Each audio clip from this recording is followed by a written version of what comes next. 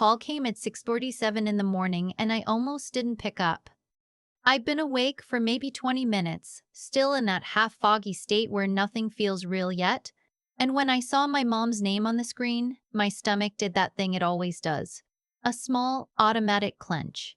Not panic, just the particular kind of bracing you learn when you've spent enough years loving someone who has a way of making every conversation eventually about what you owe. I answered anyway. Honey.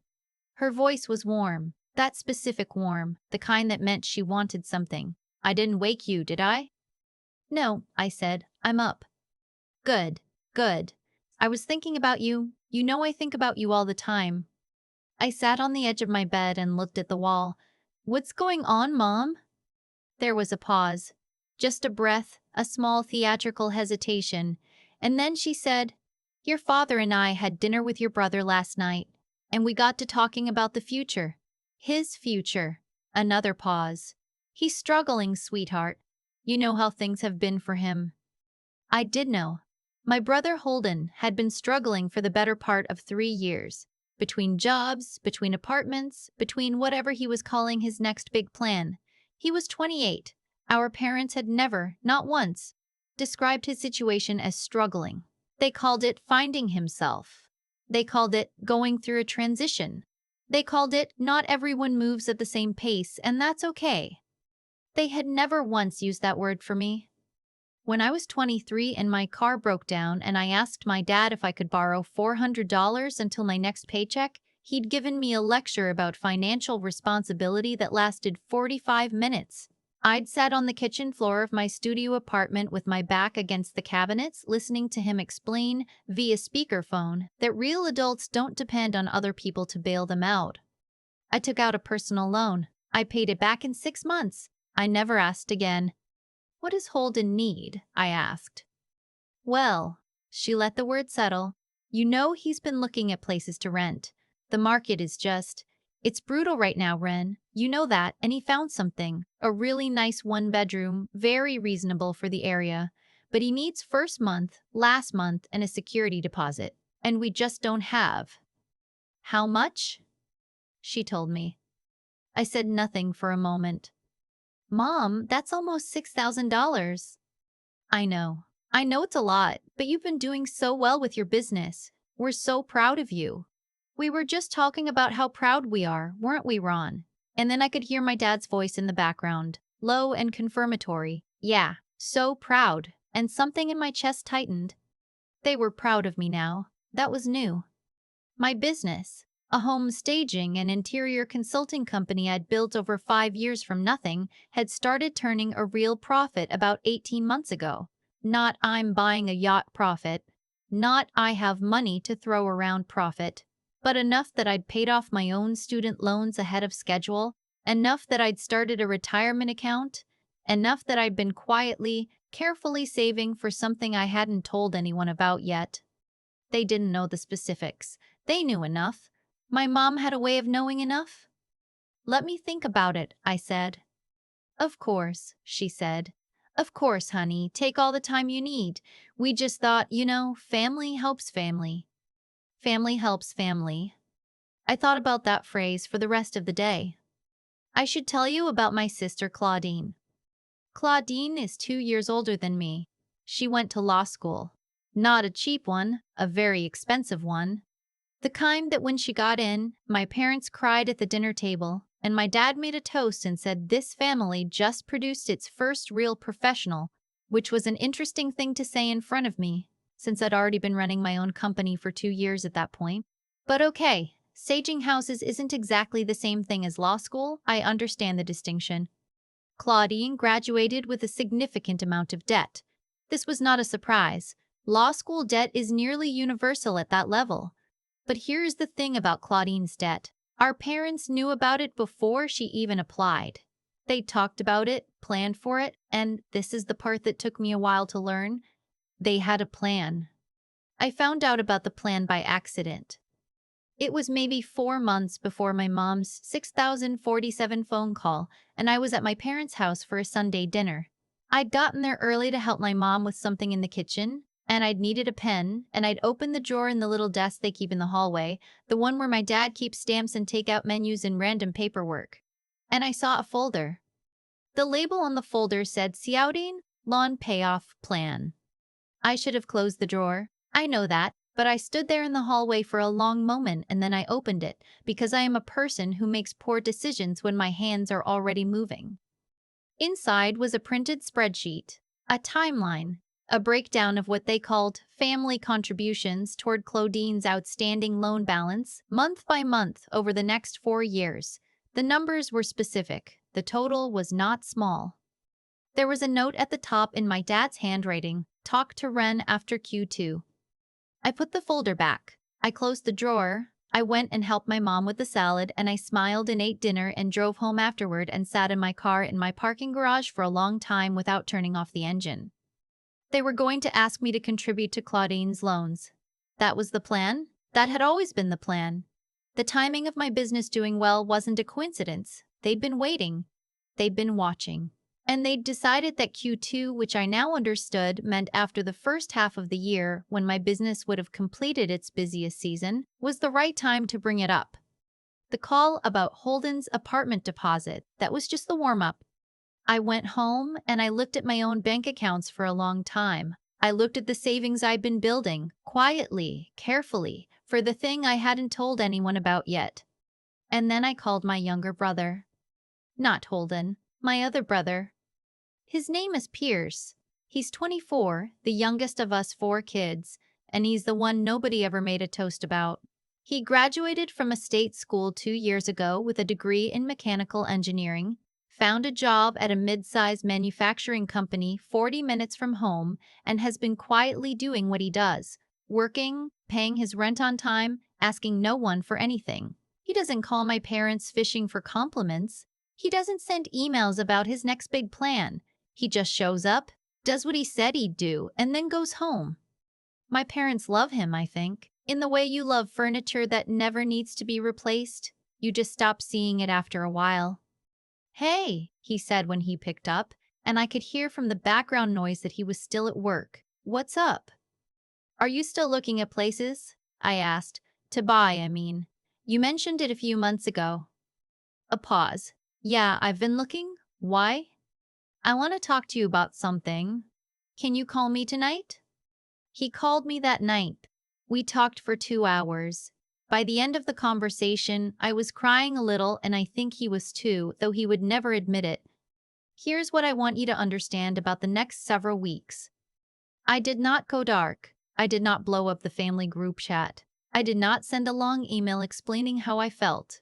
I smiled at Sunday dinners, and I asked my mom about her garden, and I helped my dad set up his new laptop, and when my mom circled back to the topic of Holden's apartment deposit, I said, "I'm still thinking about it. I just want to make sure I plan my cash flow right," which was the kind of financial language that made both my parents nod seriously and back off immediately, because they have always found money talk slightly uncomfortable when it requires specifics. Meanwhile, I was doing something else entirely. I had been saving for 2 years with a very specific goal. I wanted to help Pierce buy a house. Not give him a house. Help him. He had a down payment saved already, more than most people his age, because that's who he is. But in the market where he lived and worked, that down payment wasn't quite enough to get him into anything that wasn't a total teardown. I had been slowly, quietly building a fund to bridge the gap. What my mother's phone call did was accelerate my timeline. I talked to a real estate attorney. I talked to my accountant. I needed to understand the gift tax implications. Under federal law in 2026, the annual gift tax exclusion is $18,000 per person, and anything above that counts toward your lifetime exemption. What I was planning was significantly above that. It wasn't a deal breaker, but it needed to be structured correctly, and I needed to document everything properly, and I needed to do all of this before my parents got around to having the conversation they'd been planning since at least Q2 of last year. The house Pierce and I had been quietly looking at together. He didn't know I'd been looking. I'd asked his real estate agent to loop me in confidentially. Went under contract 4 weeks after my mom's phone call. I was the one who signed the gift letter. The dinner was my mom's idea. She called it a family dinner, and she said she wanted everyone together because we haven't all been in the same room since the holidays and I just miss my people, which is the kind of thing my mom says that is true and also never only true. Holden would be there. Claudine would be there. Pierce would be there. My parents would be there.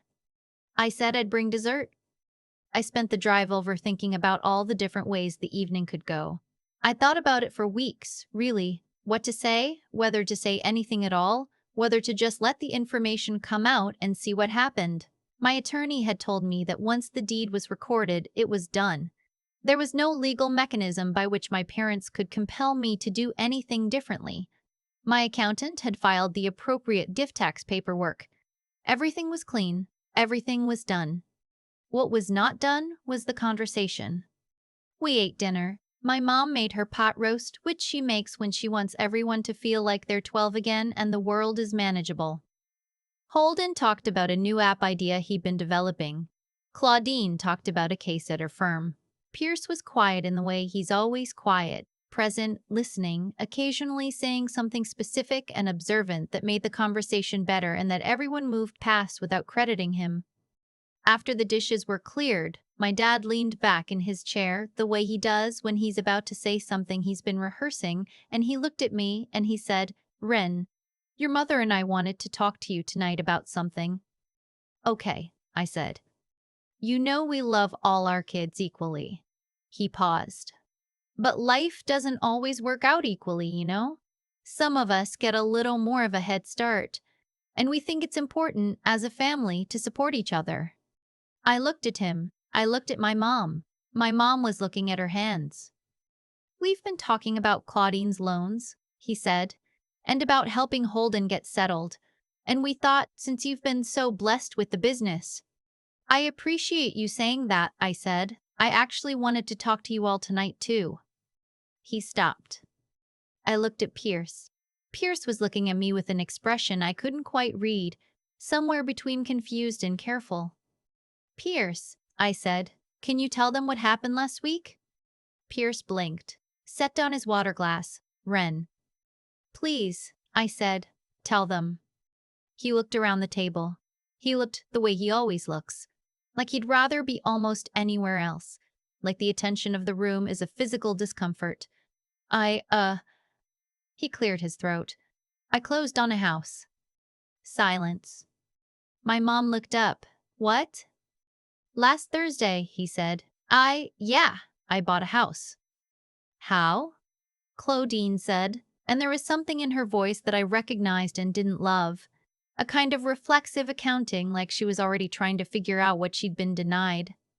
"Wren helped me," Pierce said quietly. My dad turned to me. He had a very specific look on his face, not anger yet, that came later, but something more like recalibration. Like a man who has just discovered that the game he thought he was playing has different rules than he understood. What did you do?" he asked. "I contributed to his down payment," I said. "As a gift? It's all documented, all reported to the IRS appropriately. His name is on the deed. It's his house." The silence that followed was the kind that has texture. My mom said softly, "Wren, we were going to talk tonight about helping the family." "I know," I said. "I saw the folder, Mom, the one in the hallway desk. Flowden, loan payoff plan, with the note at the top. Talk to Wren after Q2. My mom went very still. "I've known since October," I said. "I'm not angry. I want you to hear that. I'm not saying this because I'm angry. I'm saying it because I want to be honest with you the way I wish you'd been honest with you, the way I wish you'd been honest with me." I paused. "You've been planning to use my money to pay off Claudine's loans. You were going to work up to it. The thing about Holden's apartment was the first ask, and it was going to get bigger from there." I kept my voice level. I'd practiced keeping my voice level. I didn't want to have a fight about it, so I made a different decision instead. My dad said, "That money, Wren, that money was for the family. You can't just—" "It's my money, Dad." And here's the thing about that sentence. I didn't say it loudly. I said it the way you say a thing that is simply true. I earned it. It's in my accounts. I can do whatever I want with it, and what I wanted to do was help Pierce. Pierce is fine. Holden said from the other end of the table, and then seemed to realize what he'd said and went quiet. Pierce is fine, I agreed. Pierce is great. And now he has a house, which he has been working toward on his own for 2 years with nobody throwing him a dinner about it. Pierce was looking at the tablecloth. I love this family, I said. I'm not cutting anyone off. I'm not sending a list of grievances. I'm just letting you know where I stand. My business is mine. My savings are mine. And I will decide on my own terms and in my own time what I do with them. My dad started to say something about the deposit, about Holden, about what the family needed. I waited until he was done. Then I said, Dad, I found the note you wrote, the one that said to talk to me after Q2. I want to ask you something, and I really want you to think about it. I looked at him steadily. When Holden was between jobs for 14 months, were there any notes in any folders about what Claudine or I would contribute? Was there a plan? He didn't answer. When my car broke down, I said, and I asked you to borrow $400, you told me for 45 minutes that real adults don't depend on other people to bail them out. I let that sit. I took that to heart. I worked really hard to take that to heart. I just didn't realize the lesson was only for some of us. My mom made a sound that wasn't quite words. I pushed back my chair. I looked around the table, at Claudine, who was staring at her plate, at Holden, who was doing something complicated with his expression, at Pierce, who finally looked up and met my eyes. I had brought a lemon cake for dessert. I served it. We ate it. We talked about other things, the way families do when the real conversation has happened and everyone needs time to decide what to do with it. I drove home with the windows down, even though it was cold. That was 5 months ago. The aftermath came in waves, the way these things always do. My mom called 3 times in the week after the dinner, once to tell me she was hurt, once to tell me she understood, once to ask if we could just please move forward as a family. My dad didn't call at all for 2 weeks, and then he called to ask if I wanted to come to Thanksgiving, which I interpreted as the closest thing to an olive branch he knew how to extend. Claudine texted me once. It said, I didn't know about the folder. I want you to know that. Mom told me they were going to ask you, but I didn't know it had been planned like that. I believed her. I still do. We've had coffee twice since then, and it's been okay. Careful and a little news-shaped, but okay. Holden found an apartment. He paid his own deposit. I don't know all the details, but I know he did it because Pierce mentioned it in passing like it was just a thing that had happened, which made me feel something I couldn't entirely name. Pierce's house is a 3-bedroom ranch on a quiet street about 12 minutes from his office. He's been there 4 months. He painted the kitchen himself, a dark green that shouldn't work, but does. He texted me a photo the day he finished, and the only caption was a single checkmark emoji, which is the most Pierce thing that has ever happened. I went to see it last month. He made coffee, and we sat in the kitchen he painted himself, and he said, You didn't have to do that. I wanted to, I said. Why? I thought about it for a moment. Because you've been showing up quietly for 24 years and nobody threw you a dinner. He was quiet for a minute. Then he said, They love us. Yeah, I said. They do. It's just... He stopped. Started again. It would have been nice if the love looked the same. I didn't have an answer for that. I just nodded and drank my coffee and looked out his window at the yard that was still mostly mud and dead grass but would, come spring, be something he'd made into something. My business is doing well. I am doing well. I still go to Sunday dinners sometimes, and my mom still makes pot roast, and my dad still gives me unsolicited advice about diversifying my investments, and I still smile and nod and love them in the complicated, specific way that you love people who shaped you. Cracks and all. But some things are different now. I know where I stand. I know what I'm willing to do and what I'm not. And I know that the next time someone puts my name in a folder in a hallway desk, I will have already decided what to do before they get around to asking. That's enough. For now, that's enough. I keep thinking about that folder. The one in the hallway desk, tucked between takeout menus and a book of stamps, with my name written on a note inside it like I was a line item in someone else's budget. That's the thing nobody talks about when they talk about family loyalty. how it can be completely genuine and completely one-directional at the same time. My parents weren't bad people. They weren't sitting around scheming. They just had a habit, built over decades, of assuming that certain people in the family would give and certain people would receive, and that the givers would eventually understand this was simply how love worked. I spent a long time trying to understand it that way, and then I stopped. What changed wasn't anger. Anger would have been easier, honestly. Anger has a clear shape, a clear target. What changed was something quieter. I started paying attention to what the choices I made said about what I actually believed, not what I told myself I believed. What the choices said. When I saw that folder, I had two options. I could let the plan unfold, let the conversation happen, let myself be persuaded by words like family and together, and we just thought since you've been so blessed, and I can hand over money I had worked for years in silence to solve a problem that was never mine to solve. Or I could do something different. I chose different, not out of spite, out of clarity. Pierce had been showing up quietly for 24 years. He didn't ask for recognition. He didn't need a dinner. But doing the right thing by him wasn't just about Pierce. It was about what I wanted to be, the kind of person who does.